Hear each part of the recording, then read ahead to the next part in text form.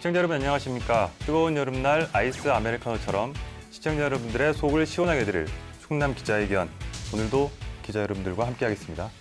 안녕하세요. 안녕하세요. 네, 그리고 지난 시간에 이어 신성대 사회복지학과 신경 교수님 함께해 주셨습니다. 반갑습니다. 오늘 기자회견에서 함께 나눌 주제는 지자체들의 수건 사업이라고 볼 수 있죠. 신청사 건립 문제인데요. 이해관계가 엄청 엮여 있는 사안입니다. 네, 지금 신청사로 이전한 지자체가 몇 곳 정도 되나요?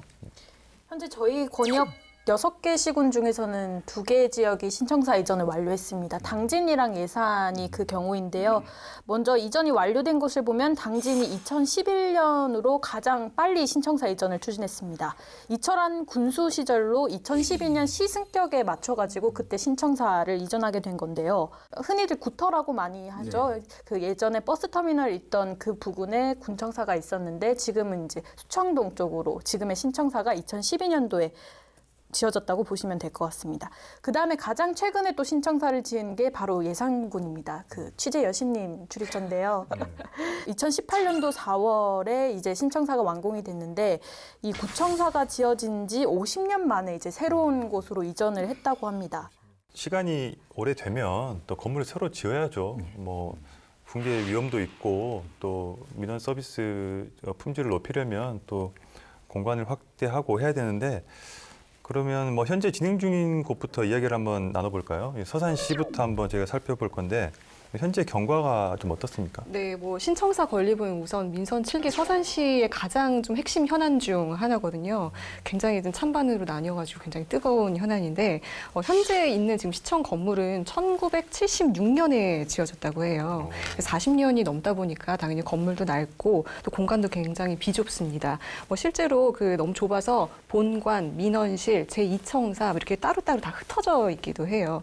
그러니까 뭐 신청사 건립에 대한 필요성은 사실 시민분들께서도 많이 공감들을 하고 계시는 상황이거든요. 그래서 지난 2018년에 그 기본계획과 이 타당성 조사도 진행을 했었어요. 그래서 논의가 좀 더 본격화돼서 올해 그 5월에는 청사 입지 선정위원회가 구성이 됐습니다. 위원회는 일단 예비 후보지들에 대한 이제 분석을 하고 또 뭐 시민 토론회를 개최해서 여론도 수렴을 하고 또 외부 전문가 평가 등 뭐 이런 여러 가지 절차를 거쳐서 최종 그 신청사 입지를 결정하는 그런 역할을 하게 됩니다. 그래서 이 절차가 순조롭게 진행될 경우 아마 올해 한 11월쯤이면 최종 입지가 선정되지 않을까 그렇게 전망하고 있습니다. 교수님 그 위원으로 활동하고 계시니까 취재하신 얘기가 맞습니까? 예, 네. 맞습니다. 어떻게 좀 잘 될 것 같습니까? 여러 가지 어려움이 있지만 하여간 뭐 그 위원들의 뭐 협조와 또 시민들의 힘을 믿고서 이제 해 나가려고 노력하고 있습니다. 홍성군 같은 경우는 어떤가요? 상황이? 네, 홍성군은 오래전부터 신청사 이전을 좀 추진해왔습니다. 2005년부터 매년 20억 원이라고 신청사 이전을 위한 건립기금을 좀 적립을 해왔는데 지난해 기준으로 한 400억 원이 모였다고 하더라고요.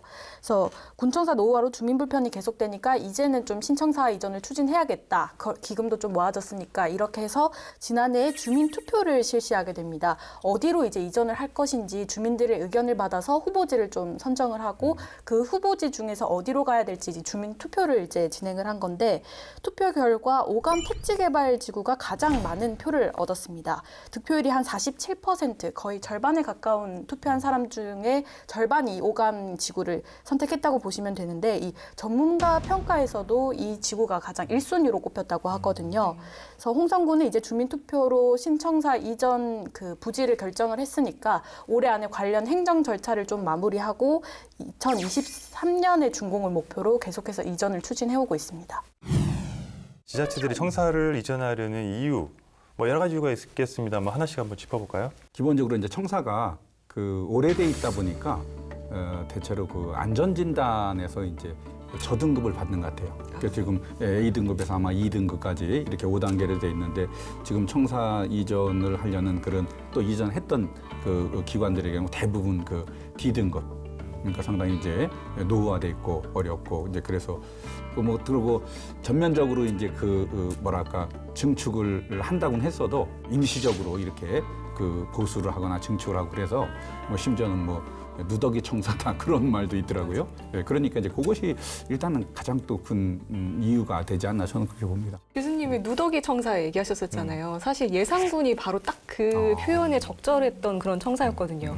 50년이 넘었었어요. 그래서 정말 취재를 가면은 그 실과를 찾아가야 되는데 그 본관에 들어가서 계단 무슨 다락방 같은 데로 이렇게 올라가요. 저는 정말 깜짝 놀랐거든요. 그 계단도 너무 좁아가지고 한 사람이 겨우 올라갈 수 있을 정도로 뭐 이런 데가 다 있나 정말 당황했었거든요. 근데 그런 데서 이제 지난 2018년에 예산군이 신청사를 지었잖아요.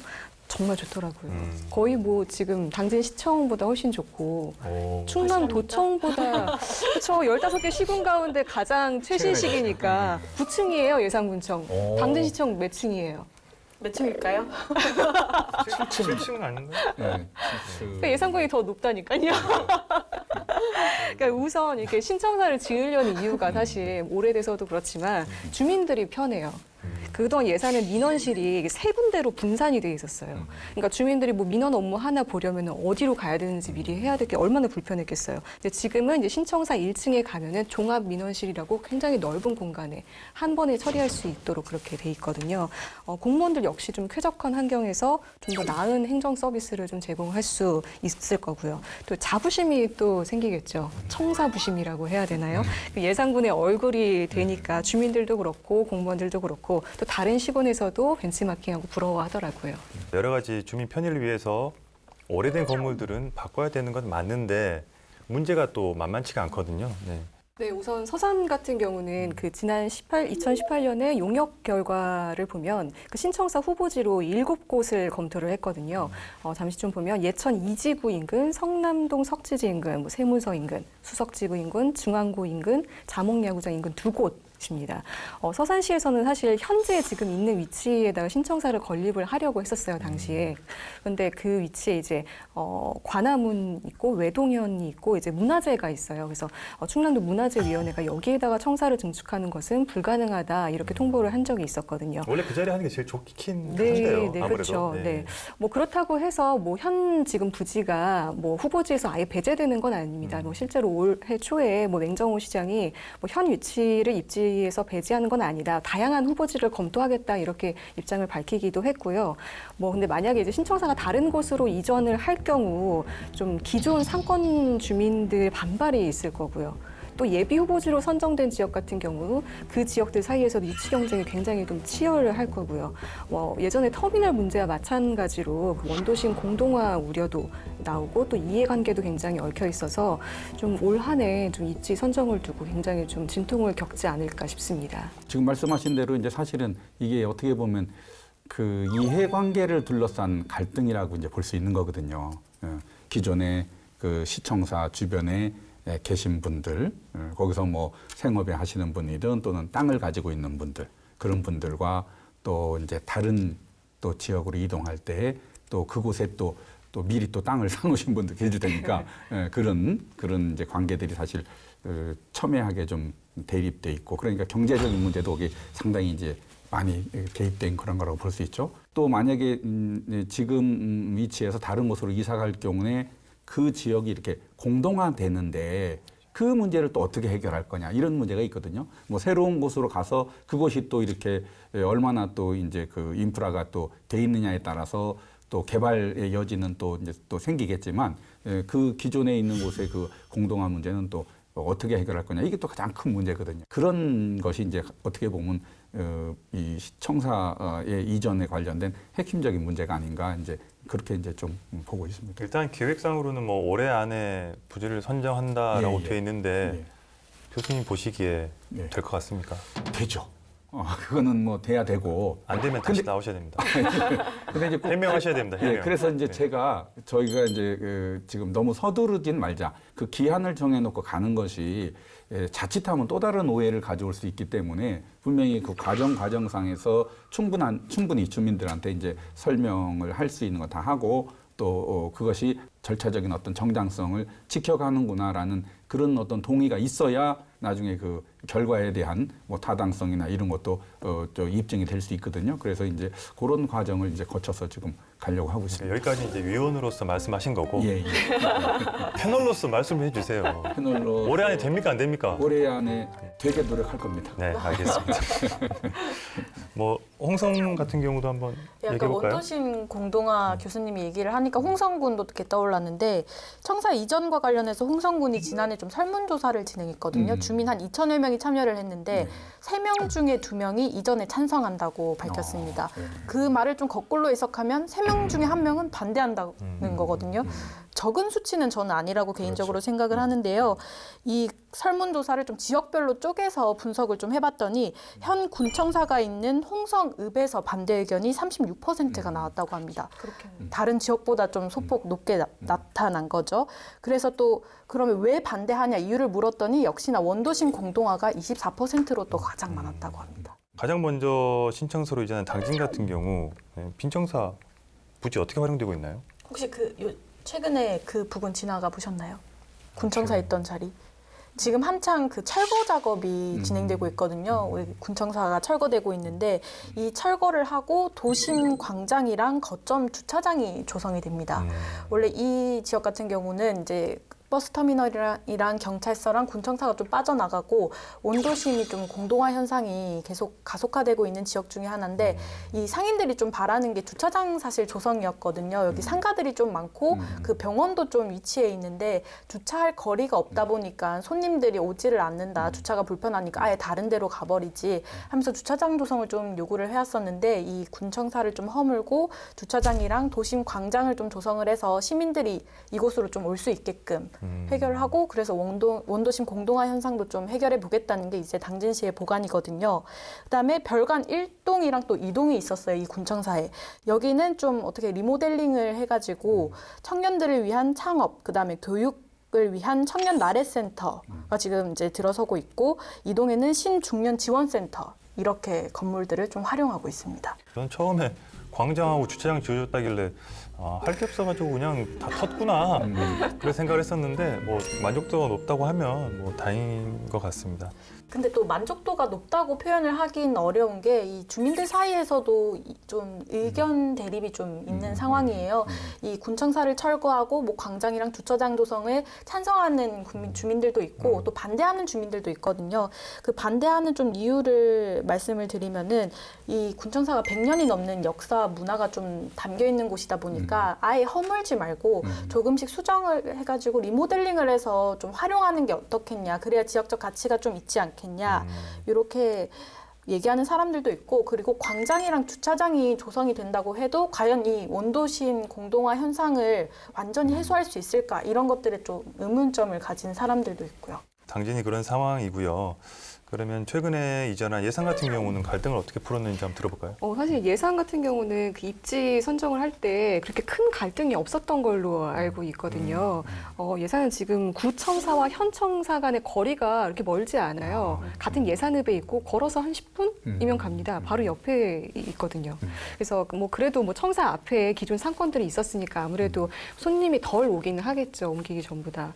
그 예산군은 이제 옛 청사 부지를 어떻게 활용을 했냐면 거기에 이제 LH와 협약을 맺고 그 임대주택을 건립을 했습니다. 그래서 150세대 규모로 이제 분양이 되는데요. 그 주변에 또 이제 그 정부의 그 도시재생 뉴딜 사업 공모하고 병행을 해서 예산리 일대 국비 300억 원을 투자를 해서 뭐 생활 편의시설, 뭐 주민 커뮤니티 센터 등을 건립을 합니다.